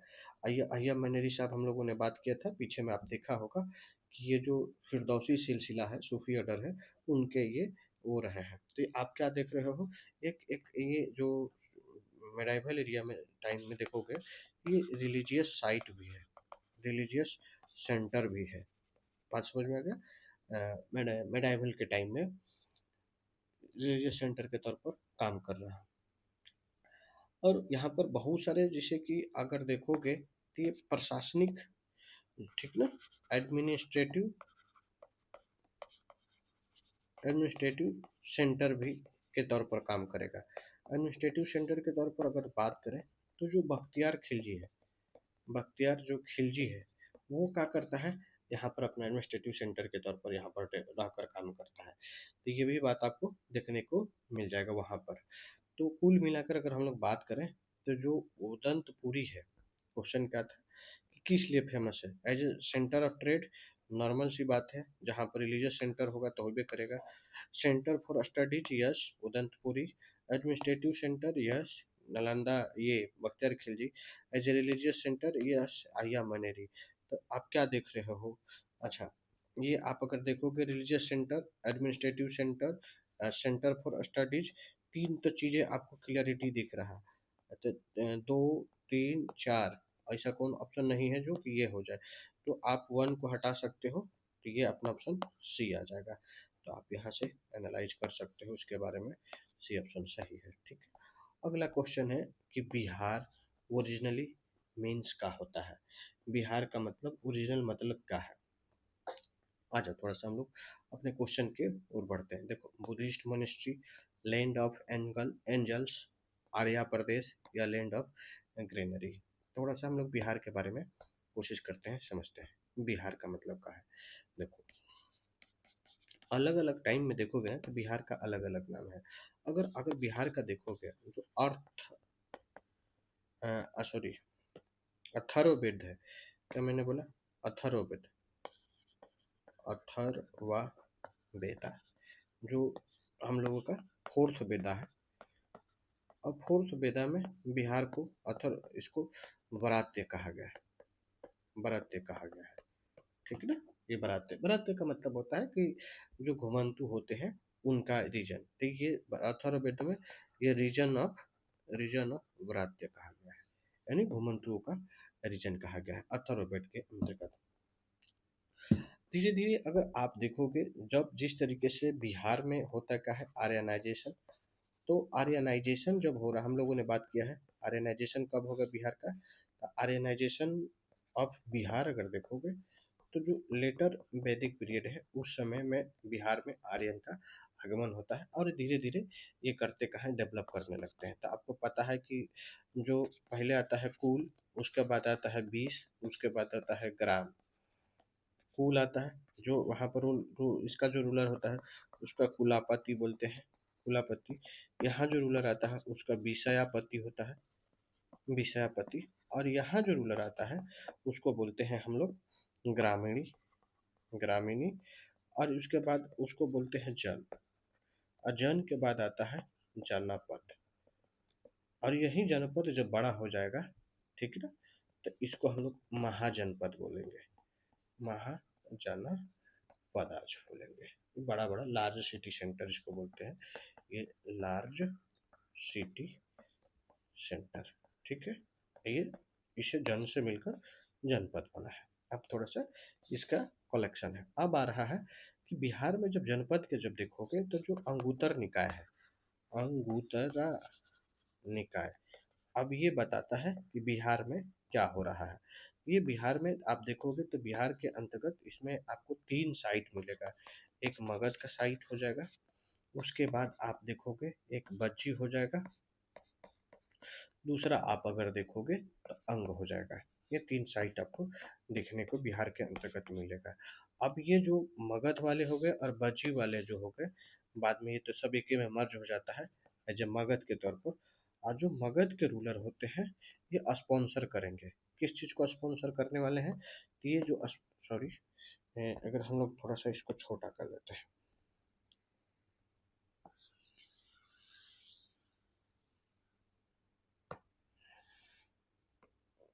साइज कर लेते हैं थोड़ा सा कि साइज बच जाएगा।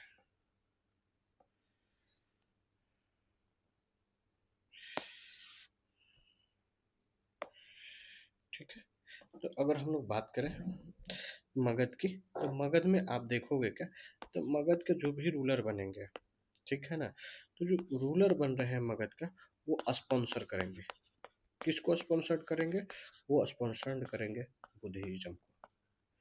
और जब बुद्धिज्म को स्पॉन्सर करेंगे तो बिहार के अंतर्गत होगा क्या कि पूरे तरीके से बुद्धिस्ट मोनेस्ट्री का, ठीक ना, यहाँ पर डेवलपमेंट देखने को मिलने लगेगा। और ये जो बुद्धिस्ट मोनेस्ट्री का देखोगे तो बिहार में जो वर्चुअली पूरे तरीके से ये जो बिहार है, ये बिहार का है। यहाँ पर एक प्रकार का जैसे कि हम लोग एक एक विहार होता है जिसको हम लोग चैत्य बोलते हैं, चैत्य विहार। यहाँ पर होता क्या है कि जो भी बुद्धिस्ट मॉन्क है ये यहाँ पर बैठ के क्या करते हैं, वर्शिप करते हैं। किसको वर्शिप करते हैं, वर्शिप करेंगे बुद्धा को। तो बुद्धा को वर्शिप करने के लिए एक चैत्य होता है, एक और होता है, थोड़ा सा याद करना, ठीक है ना। तो चैत्य और जो ये जो विहार हो गया तो वर्शिप प्लेस है। तो ये पूरे तरीके से लगभग बहुत बने चुके हैं। आपको पता होगा कि अशोक नाम का एक रूलर है, पूरे मैक्सिमम तौर पर अगर देखोगे तो बहुत सारे बुद्धिस्ट मोनेस्ट्री का निर्माण कराता है बिहार के अंतर्गत। बिहार का मैक्सिमम पूरे इंडिया के अंतर्गत कहा जाता है कि जब 84,000, ठीक ना, जो आप देखोगे स्तूपाज वगैरह बुद्धिस्ट मोनेस्ट्री के वगैरह का पूरे तरीके से निर्माण करता है। जब कि आप महावंशा दीपा वंशा में इस चीज़ के बारे में मेंशन किया गया है। तो बिहार में किस चीज़ का फेमस हो जाएगा, बुद्धिस्ट मॉन्क यानी बुद्धिस्ट मोनेस्ट्री का। तो क्वेश्चन पर अगर हम लोग अपने आए, क्वेश्चन पर अगर आए, क्वेश्चन का कि बिहार ओरिजिनली मीन्स क्या होता था, तो Buddhist monastery, land of angel, या लैंड ऑफ ग्रीनरी, या आर्या प्रदेश। तो हम लोग क्वेश्चन को आंसर मिल गया ए, ये हो गया आंसर, क्या नाम था, ए। तो ये आंसर ए हो जाएगा। अगला क्वेश्चन है कि Patna lawn was renamed as a Gandhi Maidan. ये जो क्वेश्चन आप देख रहे हो ये मॉडर्न हिस्ट्री का है। तो इसके बारे में हम लोग थोड़ा सा समझने की कोशिश करते हैं कि पटना लेन को गांधी मैदान के तौर पर कब रीनेम्ड किया गया है, उसके समझने का कोशिश करते हैं। तो अगर हम लोग बात करें क्या था पटना लैंड, तो अगर देखा जाए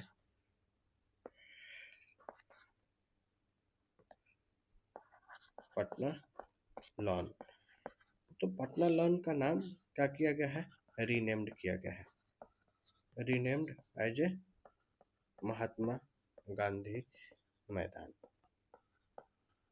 बहुत बड़ा मैदान, आप जान लो महात्मा गांधी मैदान को, इसको और भी नेम से बोलते हैं, ऑल्सो कॉल्ड बांकीपुर मैदान। बांकीपुर मैदान आप जानते हो ना, बांकीपुर मैदान क्यों, क्योंकि यहीं पर बांकीपुर पोस्ट ऑफिस है। पोस्ट ऑफिस है। साथ ही आप जानते हो कि इसी बांकीपुर में 1912 में, ठीक ना, कांग्रेस का सेशन होता है, आईएनसी का सेशन होता है, ठीक ना, आईएनसी का जो फर्स्ट सेशन है, फर्स्ट सेशन इन पटना, इन पटना यानी बांकीपुर में पहला सेशन यहाँ पर होगा 1912 में। ये बांकीपुर मैदान है, मतलब अभी बहुत इम्पोर्टेंट है। अभी के प्रेजेंट सिनारियो में इसका हाँ, एक और बात, अगर यही बांकीपुर मैदान जब है, जब 1948 में आफ्टर इंडिपेंडेंस के बाद ये बांकीपुर मैदान का नाम क्या कर दिया जाता है, इसको चेंज कर दिया जाता है। और चेंज करके क्या किया गया है, इसको महात्मा गांधी मैदान कर दिया गया है। अब देखो एमजीएम जो मैदान है, महात्मा गांधी मैदान जो है, एक और बात करें स्पेशलिटी, तो वर्ल्ड का, ठीक ना, सॉरी, अगर बात करें वर्ल्ड लार्जेस्ट स्टैचू है, किसका स्टैचू है, महात्मा गांधी का, एमके जी का, वहाँ पर क्या है, मोहनदास करमचंद गांधी जी का क्या है, वहाँ पर बड़ा स्टैचू बनाया गया है। सबसे एशिया का, वर्ल्ड का लार्जेस्ट स्टैचू अगर कहीं पर है महात्मा गांधी का, तो पटना के गांधी मैदान में ही है। तो ये बहुत बड़ा सिग्निफिकेंट लोकेशन है। साथ ही अगर देखोगे यहीं पर, अगर बगल में देखोगे तो गोल घर भी है, तो ये गोल घर भी है। आपको पता होगा कि बगल में मौर्य लोग वो क्या बोलते हैं, होटल भी है। अब बहुत साथ ही बोले तो ये जो गांधी मैदान जो है ना, पटना के सिटी में है, पटना के मेन सेंटर में। सिटी का मतलब पटना सिटी नहीं चल जाना, हम बोले पटना के सेंटर में है, तो बहुत ज़्यादा स्ट्रैटेजिक लोकेशन है। साथ ही यहाँ पर देखोगे बहुत सारे कुछ पॉलिटिकल जो रैली वगैरह होता है, पॉलिटिकल रैली के लिए बहुत ज़्यादा फेमस है इलाका। और जो आसपास के रिसेंट में अभी तो देखोगे कि इसको बैन कर दिया गया था, लेकिन फिर से आई थिंक धरना प्रदर्शन करने के बाद बच्चों के उसको फिर से ओपन अप कर दिया गया है। तो ये पटना लॉन के बारे में हम लोगों ने समझा। अब जो है अपना नेक्स्ट जो टॉपिक है उसको हम लोग आते हैं, समझने की कोशिश करते हैं। तो क्वेश्चन क्या था, क्वेश्चन पर आते हैं, ठीक है ना। क्वेश्चन क्या था, कब चेंज हुआ था, during cute India movement, quit India movement के दौरान, या एंटी साइमन कमीशन रैली के दौरान, या ड्यूरिंग चंपारण, या on the eve of the independence. या इसका आंसर हो जाएगा डी, 1948 के आसपास में इसका नामकरण चेंज किया जाता है। तो अगर आप इसका आंसर देखोगे तो यू ए होगा, सॉरी, आंसर तो डी ए होगा, ठीक ना, वो गलत है आंसर, यहाँ पर ए लिख दिया है, वो आपको थोड़ा सा समझना होगा। गांधी मैदान 1948 में आफ्टर द असासिनेशन, इसलिए उसका नाम चेंज कर दिया गया है। तो आप थोड़ा सा देख लेना, मैंने इसको बारे में बता दिया है, जो भी डिटेल इंपॉर्टेंट पॉइंट था मैंने कोशिश किया है आपको बताने के लिए। अगला जो क्वेश्चन है आपको, who led the 1857 revolt in Bihar. तो हम लोगों ने पीछे में बात किया था इनके बारे में, वीर कुंवर सिंह के बारे में मैंने कोशिश किया था, तो थोड़ा सा इनके बारे में भी समझ ही लेते हैं कि वीर कुंवर सिंह है कौन, क्या करते हैं। अगर हम लोग बात करें थोड़ी सी, तो वीर कुंवर सिंह के बारे में, तो वीर कुंवर सिंह, ठीक है, तो वीर कुंवर सिंह का है एक राजपूत रूलर थे, ये एक प्रकार के जमींदार थे, ठीक ना। कौन सा जमीन, राजपूत रूलर की अगर हम लोग बात करें तो ये हम लोग बाद में इनको समझेंगे। ये उनको उज्जैनिया राजपूत बोला जाता है। क्या बोला जाता है, उज्जैनिया राजपूत, हम लोग समझेंगे। जो मेडाइवल वाला क्वेश्चन अगर आता है तो उसको समझेंगे कि उज्जैनिया राजपूत क्यों बोला जाता है, क्योंकि उज्जैन से ये मिलता जुलता है, तो उसके बारे में हम लोग समझेंगे क्यों बोला जाता है इनको उज्जैनिया राजपूत। तो उज्जैनिया राजपूत हैं, ये जमींदार थे। होता क्या है कि ब्रिटिशर ने रैयतवारी जो परमानेंट सेटलमेंट एस्टेब्लिश करता है, तो इन लोगों में कुछ ऐसे ज़मींदार होते हैं जिनकी ज़मींदारी सिस्टम चली जाती है, तो ये बहुत ज़्यादा पहले से ऑलरेडी खफा है। अगर हम लोग बात करें कि जो वीर कुंवर सिंह है, ठीक है, 1857 के रिवोल्ट में 80 ईयर के ओल्ड में, 80 साल के जो एज में कोई बंदा है, तो वो क्या करता है, लड़ता है। किसके साथ लड़ेगा? Fought with British east India company के साथ ये बंदा लड़ने वाला है। अगर बात करें इनकी जो बर्थ पैलेस की, तो इनका जन्म कहाँ होगा? तो जन्म वहीं जगदीशपुर के अंतर्गत, जगदीशपुर, जगदीशपुर पटना आरा से बहुत नज़दीक पड़ता है, लगभग 13-14 किलोमीटर की दूरी पर होगा। आरा वहीं जो भोजपुर को बोलते हैं, तो वो हो जाएगा। साथ ही इनका रोल अगर देखो ब्रिटिश इंडिया कंपनी के दौरान, ब्रिटिश इंडिया कंपनी के साथ बहुत बड़ा इम्पोर्टेंट है। मैंने बताया कि रोहिणी से पटना, पटना से मुजफ्फरपुर, दानापुर, दानापुर से मुजफ्फरपुर, मुजफ्फरपुर से जगदीशपुर, ऐसे करके मऊ हो गया, फिर आपके बाद आजमगढ़ वाला इलाका, उसी तरीके से ये फिर ये कानपुर साइड आते हैं और नाना साहब जो है इनको भी ये सपोर्ट करते हैं। ये बहुत बड़ा रोल प्ले करते हैं, मतलब बहुत कम, मतलब 80 साल का बूढ़ा आदमी हमारे यहाँ तो मतलब कहा जाए 80 साल के कोई बूढ़ा हो जाता है तो उसका कोई रह ही नहीं जाता है, लेकिन ये बंदा 80 ईयर के ओल्ड में गर्दा उड़ा दिए ब्रिटिशरों का, तो ये बहुत बड़ा रोल प्ले करते हैं। तो आप ये थोड़ा सा ही रहा, ठीक है, तो इनसे रिलेटेड कुछ बातें था, हम लोग ये भी समझ लिया कि वीर कुंवर सिंह क्या थे।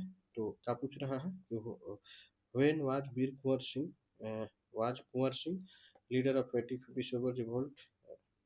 अच्छा, लास्ट टाइम उनका कब उनका डेट ठीक बारे में बता रहे हैं। तो अगर देखा जाए तो लास्ट टाइम कब उनका डेथ होता है? अच्छा, इसमें ये तो गलत बात है कि ब्रीथ हिज लास्ट डेट, ये बहुत कंट्रोवर्सी वाला है। आप अगर देखोगे ना तो ये 26 अप्रैल 1858 है, इसमें कोई ऑप्शन नहीं है, तो आप थोड़ा सा इसको बच के रखना। यहाँ पर कोई ई ऑप्शन तो है भी नहीं कि आप दोगे, तो खाली ध्यान रखना। ठीक है, मैंने ऑलरेडी इसको बता दिया है। Jagdishpur was the king of कहाँ के? तो ये कहाँ के हैं? मैंने बताया जगदीशपुर के हैं। तो हम लोग बाद में समझेंगे जगदीशपुर कैसे क्यों बनते हैं, यहाँ तक तो ठीक है। अगला क्वेश्चन है कुंवरे सिंह से रिलेटेड है, देख रहे हो ना आप, रिपीटेड हुआ है 2020 में भी फिर क्वेश्चन है। आप पीछे में एक और क्वेश्चन देखा होगा कि ये 2011 के क्वेश्चन है। तो पीवाईक्यू करने का फायदा देखो, 2005 में क्वेश्चन पूछे गए, इससे क्वेश्चन पता चलता है कि हमको पीवाईक्यू का क्या फायदा है, क्या प्रॉफिट है। डायरेक्ट क्वेश्चन आते हैं, आपको डायरेक्ट क्वेश्चन में हिट करेंगे। Kunwar Singh enter Jagdishpur on which date? देखो 23 अप्रैल 1858 को इंटर करते हैं और 3 दिन बाद इनका डेथ हो जाता है। तो 23 अप्रैल, 22 अप्रैल ये है, डॉक्यूमेंटेड है, और 3 दिन बाद उनका डेथ हो जाएगा, तो वो भी हो जाएगा। तो ये question I think B option होगा, बी है, सही है। Where the right of the tenant on the land in Bengal and Bihar recognized by tenancy act? हाँ, ये 1885 के आसपास है। हम लोग पढ़ लेते हैं कि बंगाल टेनेंसी एक्ट क्या है और क्यों लाया गया है, तो थोड़ा सा समझने का कोशिश करते हैं कि बंगाल टेनेंसी एक्ट है क्या। तो कहाँ गया, यहाँ देख लेते हैं, बंगाल टेनेंसी एक्ट, ठीक है, बंगाल टेनेंसी एक्ट। टेनेंसी कहने का मतलब क्या है यहाँ पर, जो अगर हम लोग बात करें टेनेंसी, टेनेंसी यानी ये बना किससे है? टेनेंट से। टेनेंट का मतलब होता है रॉयत, रॉयत मतलब वही फार्मर या पीजेंट, पीजेंट। अरे, टेनेंट का मतलब रेंटर होता है, ठीक ना। हम लोग जो है जहाँ पर रूम लेकर रह रहे हैं, तो हम लोग को क्या होगा, हम लोग टेनेंटेड हो गए। जब ये टेनेंसी बना जगह रेंटर के लेकर कुछ कि क्या होना चाहिए, उससे रिलेटेड कुछ प्रोविजन बनाया जा रहा था। बंगाल टेनेंसी एक्ट 1885, वही 1885 जब आईएनसी का फॉर्मेशन हो रहा है, उस दौरान की बात चल रही है। तो होगा क्या इसमें, आपको पता है कि जो बंगाल टेनेंसी एक्ट जब लाया जा रहा है, क्यों लाया गया है, इसके पीछे बैकग्राउंड क्या था। तो अगर आप इसका बैकग्राउंड समझने की कोशिश करोगे, तो बैकग्राउंड का है परमानेंट सेटलमेंट, जो कॉर्नवालिस के द्वारा, आपको पता है कि ये भूटा वाला कॉर्नवालिस के द्वारा ये लागू किया जाता है, ठीक है। अब होगा क्या कि जो कॉर्नवालिस के द्वारा जब ये एस्टेब्लिश लाया गया, तो होगा क्या, इसमें जमींदार बहुत ज़्यादा हो जाएंगे, जमींदारी सिस्टम है ना, क्योंकि ज़्यादा जमींदार है। एक और बात है कि बिहार बंगाल में ही जमींदारी सिस्टम क्यों लागू किया गया। आप देखोगे कि बिहार के रीजन में, बंगाल के रीजन में, ये सब जो इलाका है जमींदारी दिखेगा, पंजाब वाला इलाका है, वहाँ पर आपको महलवारी दिखेगा। मद्रास और मैसूर वाले इलाका में जाओगे तो वहाँ पर आपको रैयतवाड़ी दिखेगा। क्या रीजन है कि बिहार में परमानेंट सेटलमेंट ही लाएगा, यानी कि जमींदारी सिस्टम। रीजन है जमींदार। तो बिहार के रीजन वाले इलाका में, बंगाल के रीजन में जमींदार बड़े बड़े लेवल के बहुत थे, इसलिए जमींदारी सिस्टम लाया गया।